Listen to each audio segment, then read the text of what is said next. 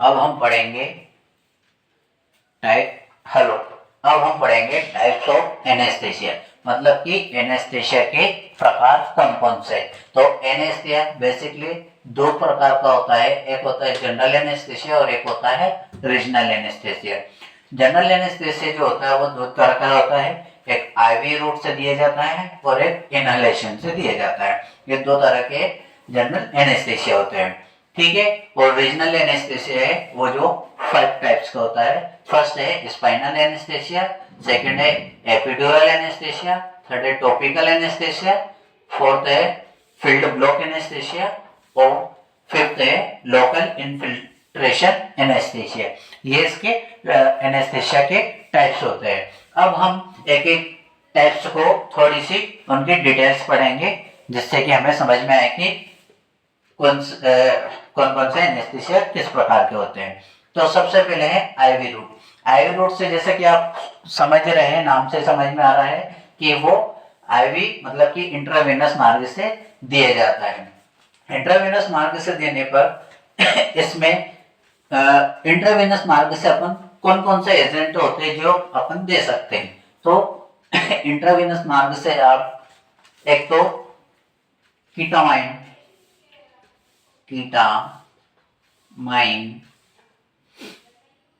Hydrochloride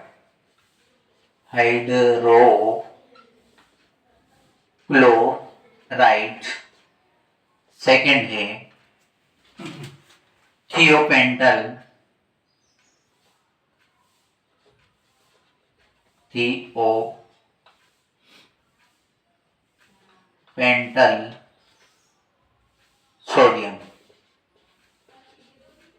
thiopental sodium third रहेगा मेथोहेक्सिडेन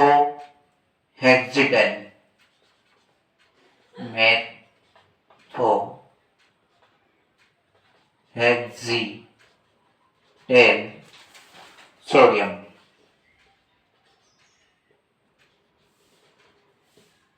और fourth रहेगा फेंटाइल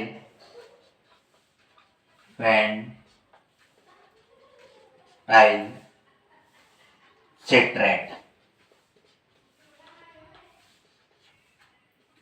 और फिफ्थ है प्रोपोफॉल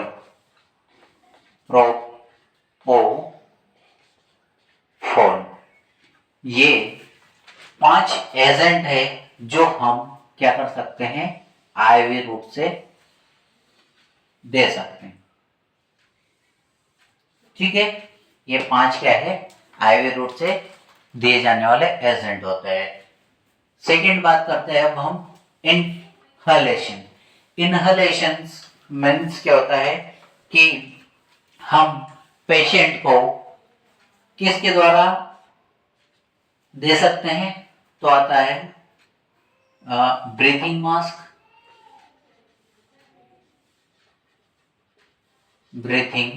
मास्क और ट्यूब। इन दो चीजों के द्वारा हम इनहलेशन करवा सकते हैं पेशेंट को। अब इसके अंदर कौन कौन से एजेंट आते हैं, है ना, कि कौन कौन से एजेंट होते हैं जिनको हम इनहलेशन कर सकते हैं या इनहेल कर सकते हैं। तो सबसे पहले आता है नाइट्रस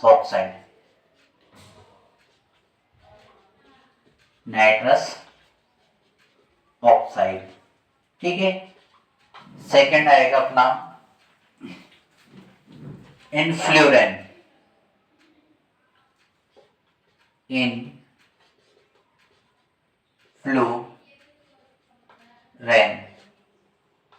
थर्ड रहेगा आइसोफ्लूरेन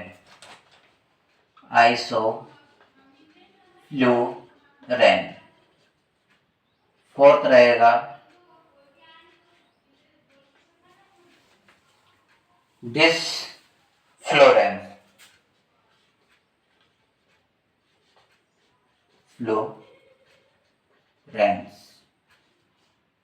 और फिफ्थ रहेगा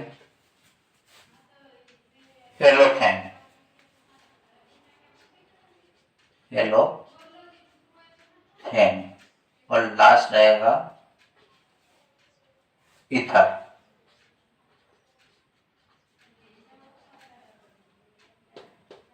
Coming call. ये Coming call. Coming call. Coming call. Coming. Hello, good morning everyone, कैसे हो आप सभी। मैं हूं आपका अपना दोस्त प्रेम सिंह वर्मा, नर्सिंग वाला 7531। पिछले सेशन में हमने सर्जिकल टीम पढ़ी थी। आज हम पढ़ेंगे एनेस्थेसिया कि एनेस्थेसिया क्या होता है। तो सबसे पहले हम बात करते हैं एनेस्थेसिया के इंट्रोडक्शन की। तो एनेस्थेसिया वह होता है जिसमें किसी भी सर्जिकल या इंसिजर करते हैं तो वहाँ के पार्ट्स को या वहाँ के एरिया को क्या किया जाता है, लॉस ऑफ सेंसेशन किया जाता है। क्या किया जाता है, loss of sensation. Loss of sensation means ये होता है कि वहां पर जो दर्द होता है उसको क्या किया जाता है, पेनफुलनेस किया जाता है। मतलब कि वहां पे व्यक्ति को ये एहसास नहीं होगा या दर्द नहीं होगा, वो लॉस ऑफ सेंसेशन कहलाता है। ठीक है, अब हम बात करते हैं कि इसकी परिभाषा, डेफिनेशन क्या होती है। डेफिनेशन, तो एनेस्थेसिया की डेफिनेशन क्या होती है कि एनेस्थेसिया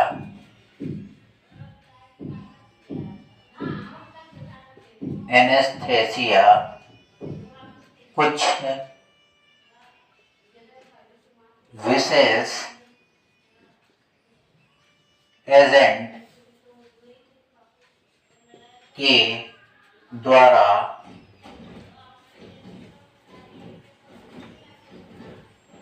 वहां पर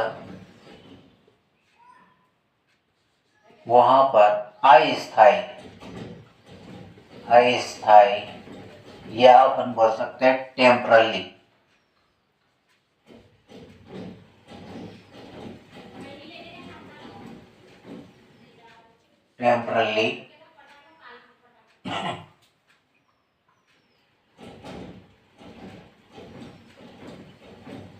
स्थिति के द्वारा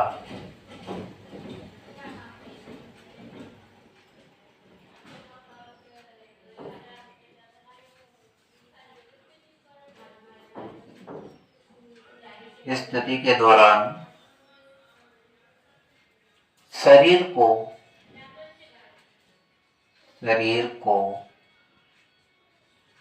पेनफुलनेस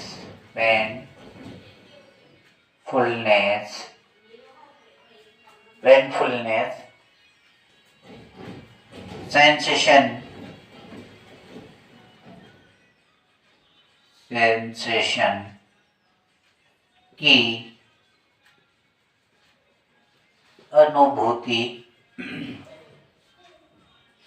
नहीं होती।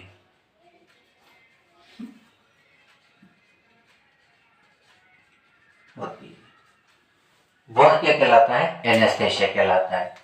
एनेस्थेसिया कुछ विशेष एजेंट, मतलब कुछ एजेंट होते हैं जो अस्थायी रूप से, मतलब कुछ समय के लिए या कुछ घंटों के लिए अस्थायी रूप से क्या किया जाता है, पेनफुल सेंसेशन की अनुभूति, मतलब कि वहां पर दर्द की अनुभूति नहीं होती है, उसे हम क्या बोलेंगे, एनेस्थेसिया बोलेंगे। ठीक है, अब हम पढ़ते हैं कि एनेस्थेसिया के पर्पस क्या होते हैं, कि हम एनेस्थेसिया किस पर्पस से लगाते हैं।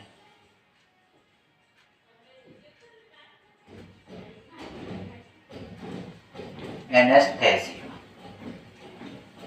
तो सबसे पहले है कि उसका सबसे पहला पर्पस होता है लॉस ऑफ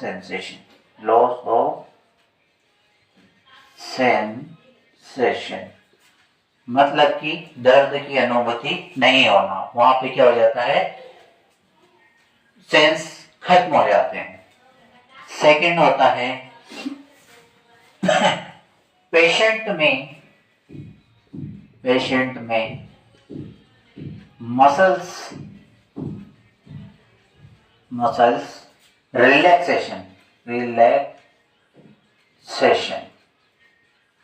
है ना, जो मसल्स होती है उसको रिलैक्स करने के लिए एनेस्थेसिया दिया जाता है, जिससे क्या होता है कि व्यक्ति को पेन नहीं होगा। ठीक है, उसके बाद में थर्ड है लास्ट कि पेशेंट को, है ना, अपन किसी पेशेंट को क्या कर रहे हैं, उसका ऑपरेशन कर रहे हैं, तो उस दौरान क्या होता है, पेशेंट ऑपरेट के दौरान स्थिर बना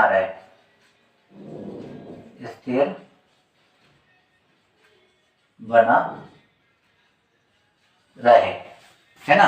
अगर पेशेंट स्थिर नहीं रहेगा तो क्या होगा कि उसे ऑपरेट नहीं कर पाएंगे, है ना, उसके ऑपरेशन में समस्या आएगी। तो ये तीन उसके क्या है, पर्पस है, जिसके द्वारा क्या होता है, जिसके लिए अपन एनेस्थेसिया देते हैं। ठीक है, तो ये हो गया पर्पस ऑफ एनेस्थेसिया। अब हम पढ़ते हैं टाइप्स ऑफ, अब हम पढ़ेंगे टाइप्स ऑफ एनेस्थेसिया, मतलब कि एनेस्थेसिया के प्रकार कौन कौन से। तो एनेस्थेसिया बेसिकली दो प्रकार का होता है, एक होता है जनरल एनेस्थेसिया और एक होता है रीजनल एनेस्थेसिया। जनरल एनेस्थेसिया जो होता है वो दो तरह का होता है, एक आईवी रूट से दिया जाता है और एक इनहेलेशन से दिया जाता है। ये दो तरह के जनरल एनेस्थेसिया होते हैं। ठीक है, और रीजनल एनेस्थेसिया है वो जो 5 टाइप्स का होता है। फर्स्ट है स्पाइनल एनेस्थेसिया, सेकंड है एपिड्यूरल एनेस्थेसिया, थर्ड है टॉपिकल एनेस्थेसिया, फोर्थ है फील्ड ब्लॉक एनेस्थेसिया और फिफ्थ है लोकल इन्फिल्ट्रेशन एनेस्थेसिया। ये इसके एनेस्थेसिया के टाइप्स होते हैं। अब हम एक एक टाइप्स को थोड़ी सी उनकी डिटेल्स पढ़ेंगे, जिससे कि हमें समझ में आए कि कौन कौन से एनेस्थेसिया किस प्रकार के होते हैं। तो सबसे पहले है आईवी रूट। आईवी रूट से जैसे कि आप समझ रहे हैं, नाम से समझ में आ रहा है कि वो आईवी मतलब कि इंट्रावेनस मार्ग से दिया जाता है। इंट्रावेनस मार्ग से देने पर इसमें इंट्रावेनस मार्ग से अपन कौन कौन से एजेंट होते हैं जो अपन दे सकते हैं। तो इंट्रावेनस मार्ग से आप एक तो कीटामाइन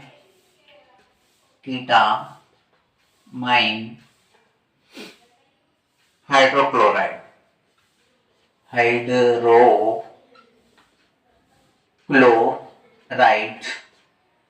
सेकंड है थियोपेंटल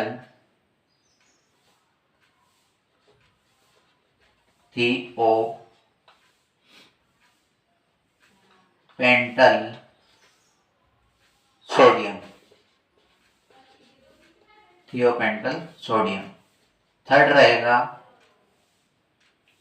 मेथोहेक्सिटेन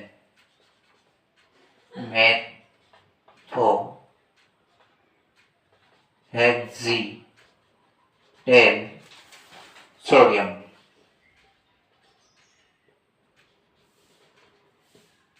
और फोर्थ रहेगा फेंटाइल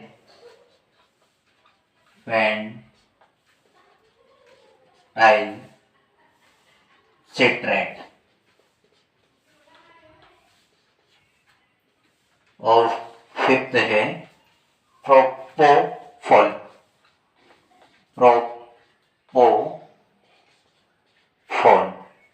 ये 5 एजेंट है जो हम क्या कर सकते हैं, आईवी रूट से दे सकते हैं। ठीक है, ये 5 क्या है, आईवी रूट से दिए जाने वाले एजेंट होते हैं। सेकंड बात करते हैं अब हम इनहलेशन।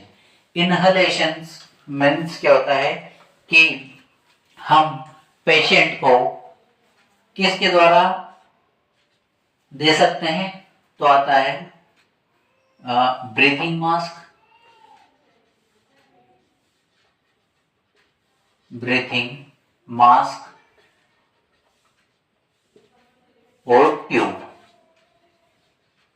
इन दो चीजों के द्वारा हम इनहलेशन करवा सकते हैं पेशेंट को। अब इसके अंदर कौन कौन से एजेंट आते हैं, है ना, कि कौन कौन से एजेंट होते हैं जिनको हम इनहलेशन कर सकते हैं या इनहेल कर सकते हैं। तो सबसे पहले आता है नाइट्रस ऑक्साइड, नाइट्रस ऑक्साइड, ठीक है। सेकंड आएगा अपना इनफ्लुरेन, इनफ्लुरेन।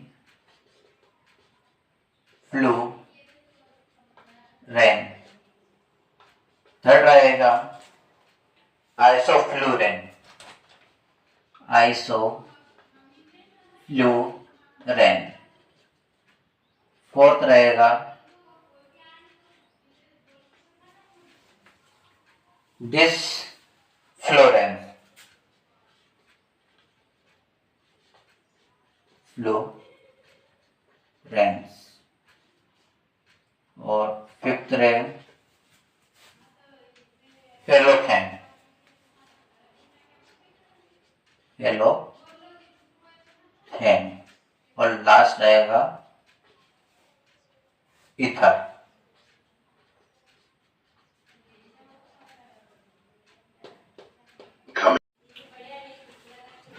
तो इसमें कितने 6 एजेंट होते हैं, 6 एजेंट। फर्स्ट है नाइट्रस ऑक्साइड, जो कि बहुत कम मात्रा में, पहले बहुत अधिक मात्रा में नाइट्रस ऑक्साइड का उपयोग किया जाता था, अब तो बहुत कम मात्रा में करते हैं। और इनफ्लुरेन, आइसोफ्लुरेंस, डिसफ्लुरेंस, हेलोथेन और ईथर।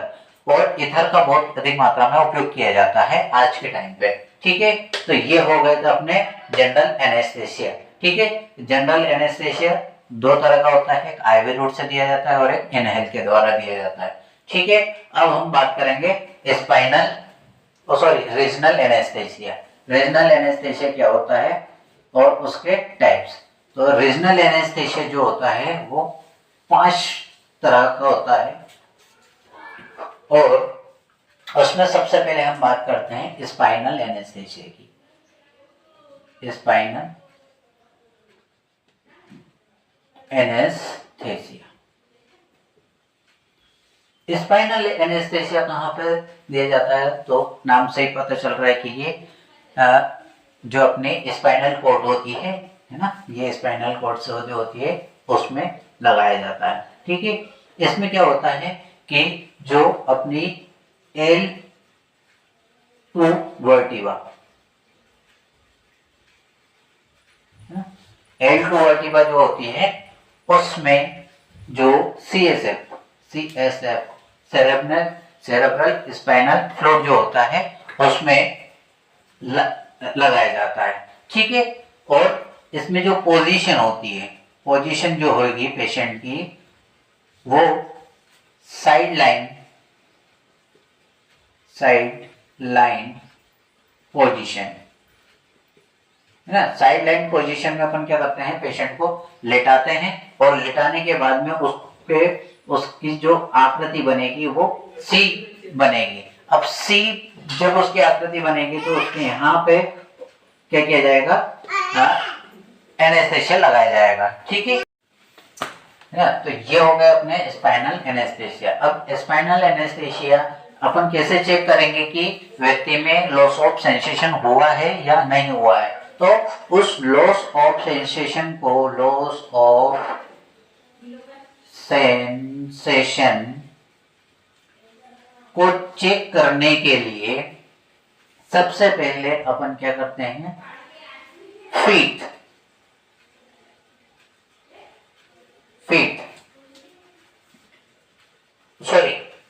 नहीं आएगा, टोई आएगा, TOES, टोइस मतलब कि पैरों की जो उंगलियां होती है उनको देखेंगे, फिर फीट,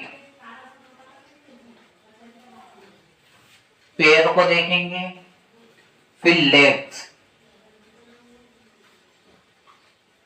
टांगों को देखेंगे, ठीक है। उसके बाद में फिर देखते हैं अपन किसको, पेरिनियम, पेरिनियम एरिया को, और फिर लास्ट में आएगा अपना एब्डोमेन, एब्डोमेन। इनके द्वारा अपने को पता चलेगा कि व्यक्ति में लॉस ऑफ सेंसेशन हुआ है या नहीं हुआ है। सबसे पहले उसकी पैरों की उंगलियों में लॉस ऑफ सेंसेशन होगा, फिर फीट में, टांगों में, फिर लेग्स, पैर, पैर में, फिर लेग्स, टांगों में, पेरिनियम एरिया मतलब प्राइवेट पार्ट्स में, और एब्डोमेन मतलब पेट में। इन जगह पे क्या होगा, लॉस ऑफ सेंसेशन होगा। अब बात करते हैं हम कि स्पाइनल एनेस्थेसिया अपन जब देंगे तो उसके क्या क्या कॉम्प्लिकेशन हो सकते हैं। कॉम्प्लिकेशन तो क्या क्या कॉम्प्लिकेशन होंगे, हेडेक होगा, हेडेक, फिर रहेगा nausea and vomiting,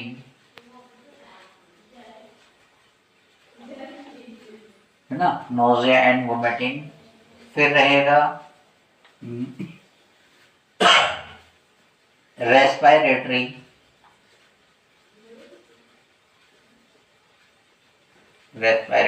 paralysis, respiratory paralysis. ये उसके क्या रहेंगे, कॉम्प्लिकेशंस रहेंगे, ठीक है।